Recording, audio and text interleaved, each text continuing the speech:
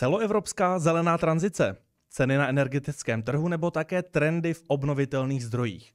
To budeme v rámci další části živého streamu projektu Ta udržitelnost probírat s generální ředitelkou společnosti E.ON Energie v České republice Claudií Viohl. A avizuji, že tato část rozhovoru bude v anglickém jazyce, proto pokud chcete sledovat, budeme rádi. Pokud si počkáte na český překlad, ten přineseme brzy po tomto streamu na webu Ta udržitelnost. Nicméně teď už k tématu. Claudia, nice to meet you. Welcome to the studio of Info CZ. Thank you very much for having me here today. Yeah, thank you for coming. You've been in Czech Republic as a head of Czech E.ON for 2 years, I think, right Yes. now. If I look at this time frame, last 2 years, it looks like in energy segment that you had to face one crisis after another. Is that so? Yeah, this is the truth, honestly. I arrived around about 2 years ago in the Czech Republic in order to take on the responsibility for the transformation of E.ON into the new energy world. And you are right, since I am in, honestly, we had one crisis after the other. It started in June when we had this very difficult tornado in South Moravia. And then we saw that in autumn, we saw the fall of Bohemia Energy. And then the Ukraine war started. And since then, I'm in crisis. And last year, we saw then the photovoltaic boom. That's why I think I know how to manage a crisis. But honestly, I still believe that there's always an opportunity in a crisis, as I have managed with my team really to show our customers how important it is to have a reliable supplier. That's why, honestly, although it has been a tough time, I have very much enjoyed it, and I'm really looking forward to that, what is ahead of us. Yeah, well, we will definitely talk about the transition later, but if I look at this comprehensive list of challenges, I'd like to, let's say, start with one that's really key for many people in Czech Republic. Speaking of energy market prices and also the related energy crisis, the winter season right now is gone, it's over. If you look at the winter season that we already had, what was key issue then that E.ON had to face during this period of time?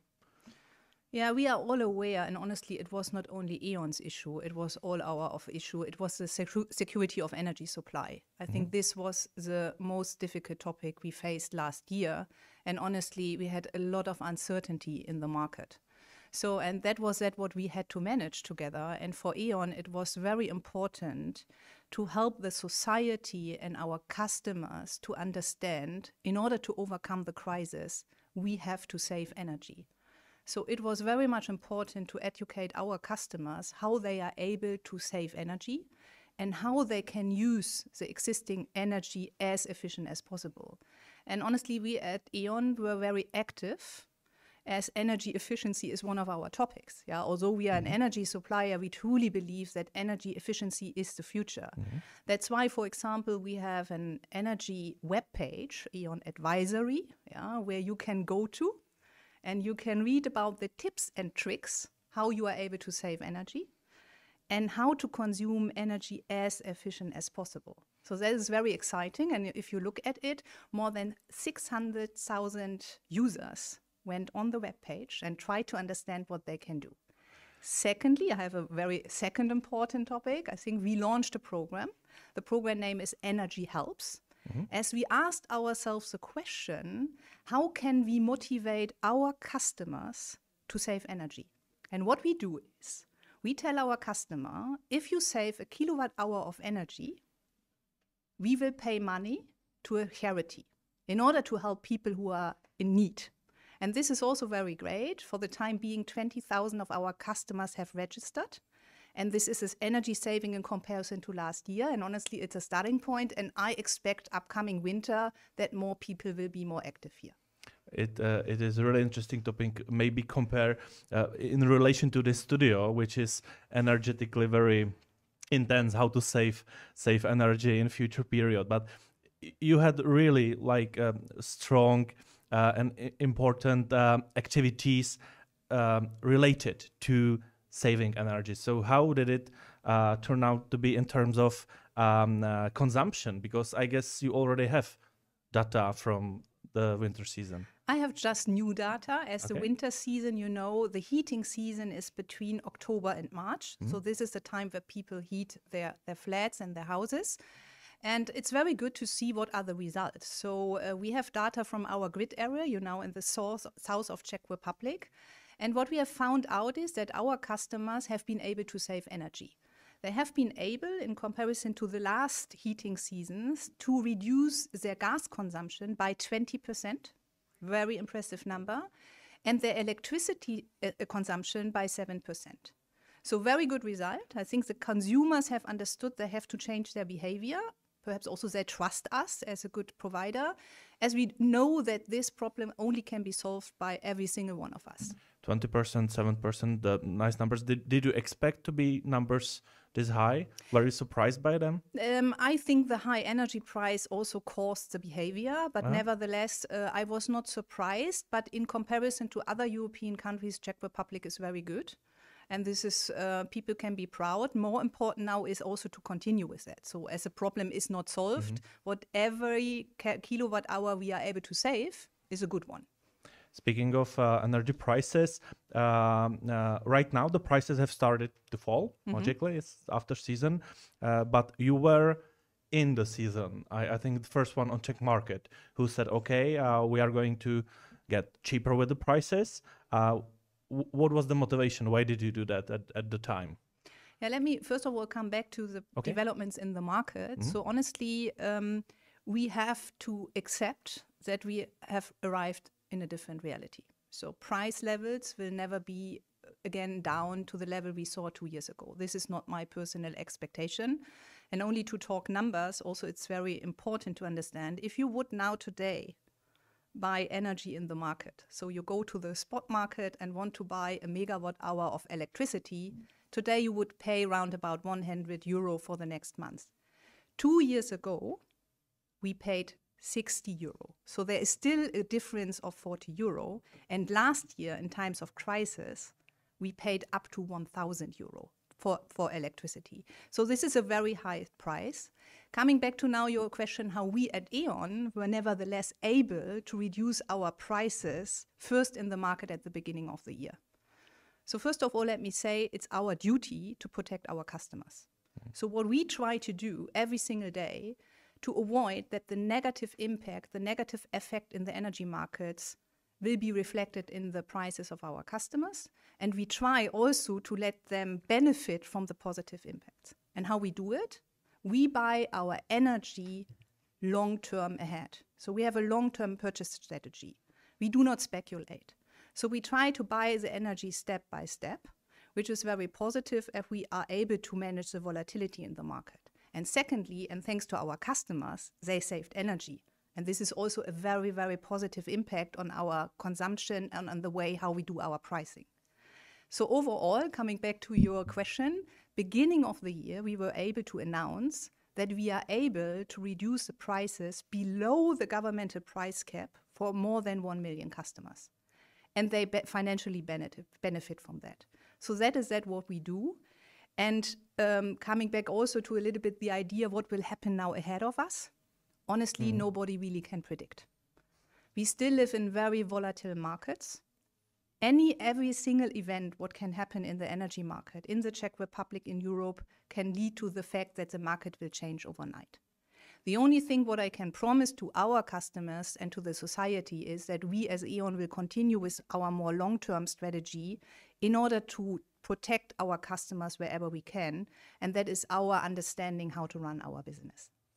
So basically we are sure only in one thing, that the prices won't come back before the crisis situation. From today's point of view, we should not expect it on short notice.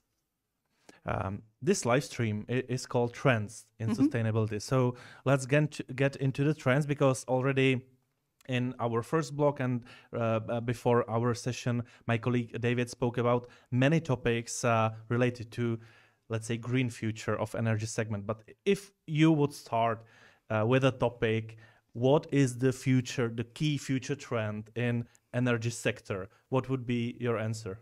Honestly, I love to talk about the future trends in the energy sector. I think this was also the reason why I was appointed to be the CEO of E.ON in Czech Republic.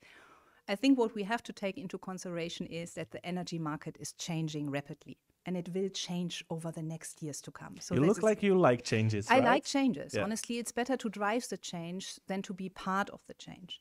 And what I can let you know is that the future energy world is about decarbonization, about decentralization, democratization, and about digitalization.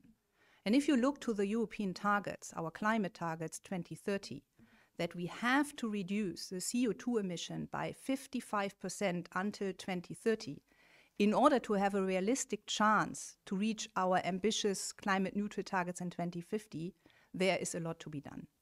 And as you asked me for trends, so what is that what we observe? First of all, we observe that our consumers, they want to be more independent. They asked for energy autonomy. And honestly, this was also triggered by the Ukraine war, where people had the fear that there is no energy available. Secondly, we have a trend in technologies. So a lot of new technologies have entered into the market in the last years and will enter into the market in the next years. So we talk about photovoltaics, we talk about heat pumps, e-mobility, we talk about battery and storage solutions, and we also talk about hydrogen. So this is also a trend to be observed, and let's see what will be the next disruptive technology which will come into the energy sector. And last but not least, this is also a very good trend what we observe, that legislation and regulation are striving now for green energy and decentral energy solutions. This is very good, as we need them. And there's a fourth topic. We see that every single one talks about energy, as it is affecting every single one. So there is a need to inform the society, the people, about what's going on in the energy market, as it is a very complex topic. And that's also our task at E.ON, to help them to understand what's going on. And honestly, this energy transition can only be made by all of us. So we need all important people at the table. And also here in Czech Republic, there is a lot to be done. The government just works on the new energy and climate plan in order to solve the future problems. As the energy mix in the Czech Republic still is very coal heavy, and we have to think about what we can do and have to do in the future in order to overcome it. I guess that for CEO of this kind of company, it must be really great that you can make all these changes happen, that you don't have to force someone to change anything, that it must be really, nice environment to work in. But you've mentioned many topics, many trends, and I guess that we can talk about each one of them for hours. Let's focus on one trend that I feel that also in media is really related to E.ON, which are renewable, difficult word, energy sources. Yeah. This is really key thing in the Czech Republic, is also really key topic for the government materials. What do you think is right now the current situation in these renewable energy sources in the Czech Republic? Your personal point of view. So first of all, what is very important, what I would like to point out, when we talk about the future energy transition and the green energy world, we should not talk only about renewable sources, which means wind and photovoltaics. We have to talk about it, and I will come back to that in a second. What we should do on top is to talk also about the grid. As honestly, the grid, the power lines, are of utmost importance in order to connect all the green sources and to manage the load. And this is that what we always forget, that we need our power lines, which have to be reliable and resilient in order to balance that what is ahead of us. So that is a very important statement from my side, as we talk a lot about wind and photovoltaics, but we forget about the fundamentals, which is that we need a grid. But coming back to your question, how is the situation in the Czech Republic? I think we are all aware that we had last year a really photovoltaic boom. Nobody expected that in the Czech Republic. Yeah, it was when I arrived, everybody told me, sorry, Czech people are more conservative when it comes to green energy. But last year, we saw the boom. What was the reason? High energy prices and the desire of the people to be more independent. And I love to talk about numbers. In our grid area, in the source of Czech Republic, we had last year 37,000 applications to connect green sources into our grid. And the absolute number is perhaps not impressive, but it's impressive that this was an increase by more than 400% in comparison to the year before, and by more than 1,400% in comparison to 2020. So you see that it is a very important topic in the Czech Republic, which we love, as honestly energy efficiency and green energy is very important. But it forced us as E.ON also to be ready to connect all these green sources. That's the reason why we as E.ON, being responsible for part of the grid in the Czech Republic, we had decided to invest more into that. So we have increased our investments by 10% in comparison to our original plan to make the grid ready. And furthermore, we have also decided to communicate better to our customers, as honestly, the consumers, they think everything is fine. I asked for a grid connection and my problem is solved, but the grid is overloaded. And we have, first of all, to enhance the grid before we are able to connect. That's why we have developed a connectivity map, where if you are interested in your area where you live to install a PV and you want to know whether you can connect it to the grid, that you see how busy the grid is already. But there is still a long way to go in order to transform it, but I think the way is the right one and the direction is the right one. You've mentioned 400%. Was there something special in context of the whole Central Europe, or do you see that compared to another countries, Czech Republic is, let's say, in the normal flow as other countries around us? This is a very good question. Honestly, Czech Republic is later than some other countries. So, for example, in Germany and in Italy, as two countries, they were already on their way to photovoltaics. But what is obvious, and you know E.ON is active in 13 different markets, in all markets last year, driven by the high energy crisis, there was an increased number of requests that people are very much interested in photovoltaics. Speaking of renewable electricity, is there, let me reframe it, how can you support more as a company that is really key for the Czech market? Interest of people, interest in renewable energy. How can you support it even more? Because at this moment, I can feel that, you know, the 400% increase in solar power is something that maybe I don't want to get into that. Maybe I will try to find different options. So are there any new possibilities how to increase the interest of people in renewable energy? I think most important is to help the people to understand what is it, the energy transition, and what they can do and why this is of advantage for them. For example, photovoltaic is a very good example. So people do understand prices have increased. So now they've tried to find a new solution. Then they think about photovoltaics. But then they also think about what is the right price, what is the right size. So, and we as E.ON, we try to support our customers to understand what is the best option for them. So we have, for example, now developed a product where we combine the photovoltaic installation plus a financing option so that the people do understand they are not alone. And I think that is what we have to do to help our customers to understand what is their individual solution and what is good for them. And education is here very much important.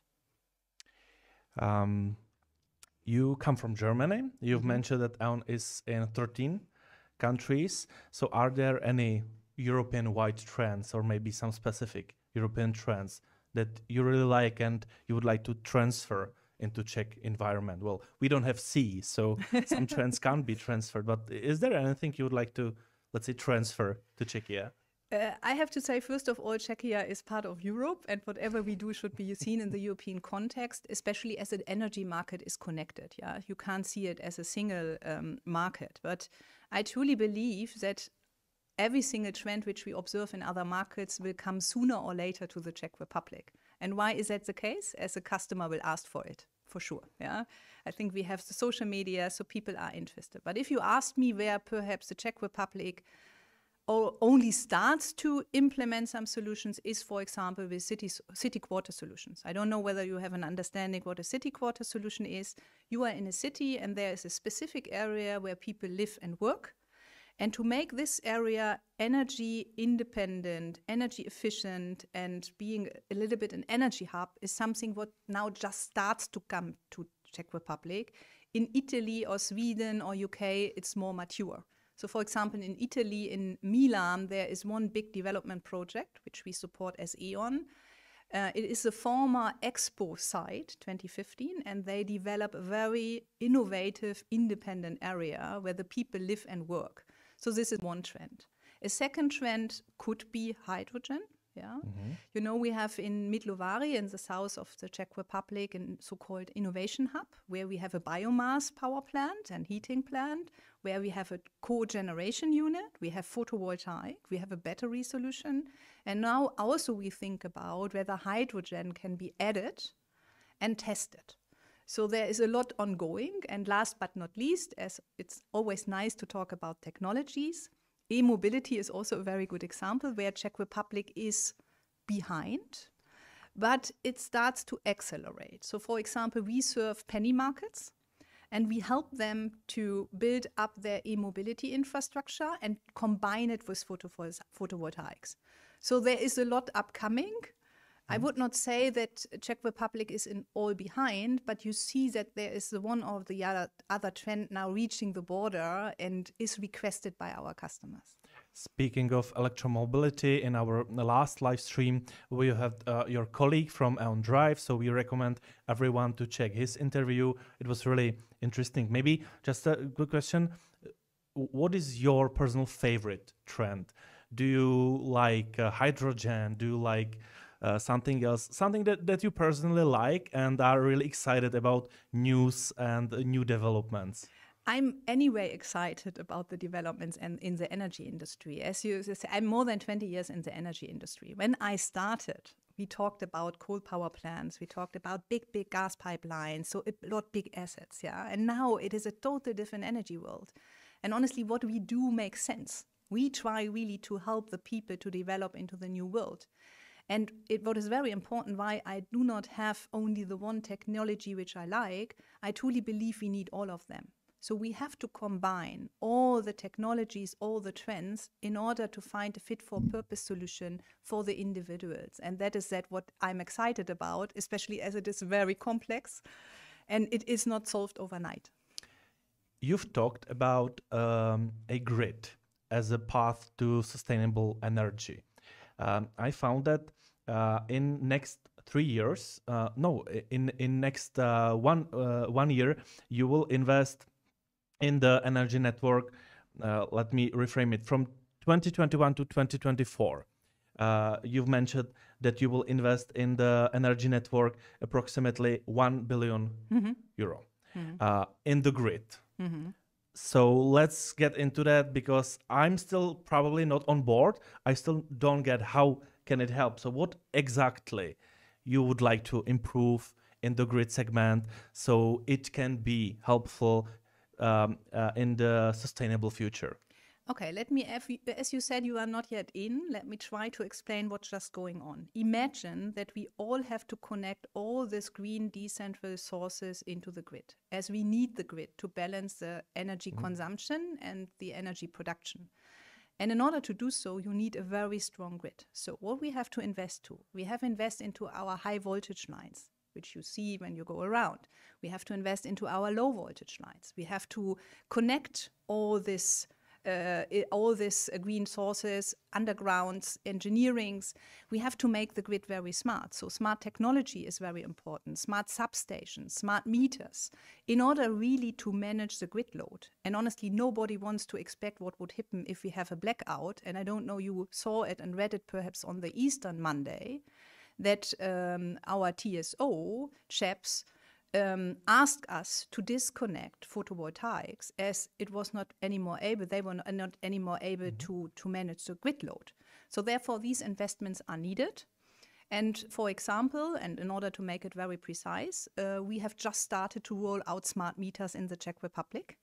And smart meters are able to help our consumers to manage their grid consumption and to manage their energy consumption. And we need smart meters to balance our grid. We are the latest in Czech Republic in comparison to European countries. And this is very exciting as it will bring us a really step forward, and we will roll it out to more than 500,000 of our customers in the next years to come.